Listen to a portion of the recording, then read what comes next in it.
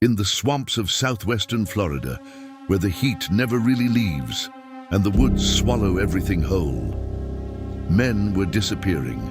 No news coverage, no missing persons reports, no names, because nobody was looking for them. These were drifters, transients, men living on the edge of society, men that the world had already forgotten long before a killer decided to finish the job. His name is Daniel Owen Conahan Jr., and law enforcement calls him one of the most prolific serial killers in the history of the United States. Almost nobody has heard of him until now. February 1st, 1994, two hog hunters are moving through the dense woods of Port Charlotte, Florida. It's early morning, the ground is wet, and then they stop. On the ground, partially hidden by brush, a decomposed human body. Male, unclothed, no identification. The medical examiner found ligature marks on the wrists, the ankles, and the neck. This man had been tied to a tree. Terre was one clue, a surgical rod inside the victim's ankle. Investigators traced its serial number to several hospitals and searched patient records for months. They came up empty. The man had no name. He became John Doe number 1.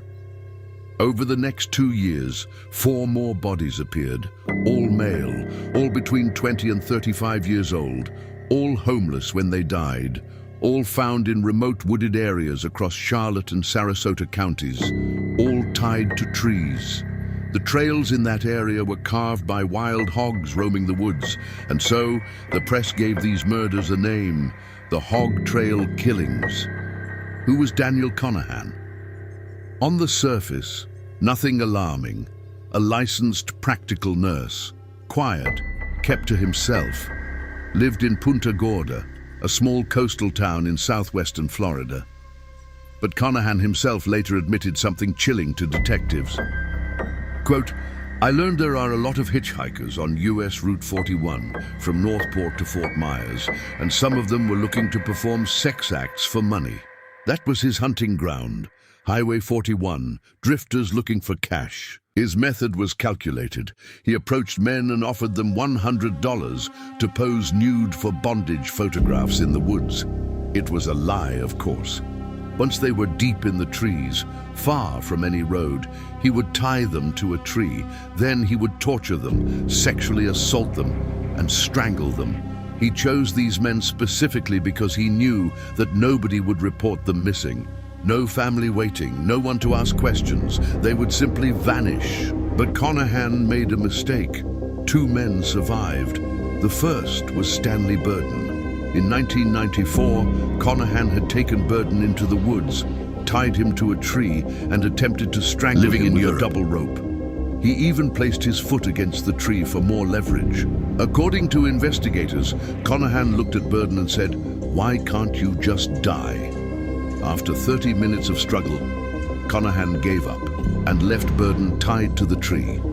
Burden eventually freed himself, but when he reported it, nobody connected it to the Hog Trail murders. Not yet. The second survivor broke the case wide open. In 1996, a man named David Payton accepted a ride from Conahan in a blue Mercury Capri. They drove down a dirt road into the woods. When the car got stuck in the mud, Conahan stepped out to push. Payton looked in the back seat. Ropes, a tarp, knives, gloves.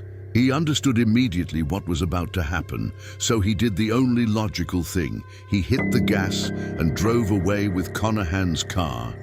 Conahan, incredibly, reported the car stolen. Police arrested Payton for theft, but Payton identified Conahan from a photo lineup, and suddenly everything clicked. Daniel Owen Conahan Jr. was arrested on May 31st, 1996. In his home, investigators found ropes, tarps, leather gloves, and fiber evidence linking him to the victims. In August 1999, Daniel Conahan was convicted of the first-degree murder of Richard Montgomery, a 21-year-old drifter who had accepted Conahan's offer of $100 for nude photographs. He was sentenced to death. But here's what haunts this case. Conahan was only charged with one murder because the other victims, John Does 1 through 4, didn't have enough evidence to take to trial. As Agent Jim Myers put it, does that mean Conahan did not commit the other homicides? No, it doesn't. It just means we went with the best case. And then in 2007, 8 years after his conviction, a land surveyor in Fort Myers found human skeletal remains in a wooded area. More digging revealed 8 more bodies, a mass grave, all suspected victims of the same killer. Some of those victims still have no name today. John Doe number 1, the very first body found in 1994, wasn't identified until 2021, 27 years later. His name was Gerald Jerry Lombard, a drifter from Massachusetts. Daniel Conahan is still alive, still on death row in Florida, still claiming innocence. The hogs still roam those trails. Most of his victims still don't have justice. Nobody was talking about this man. Now you know. Follow for more forgotten true crime cases.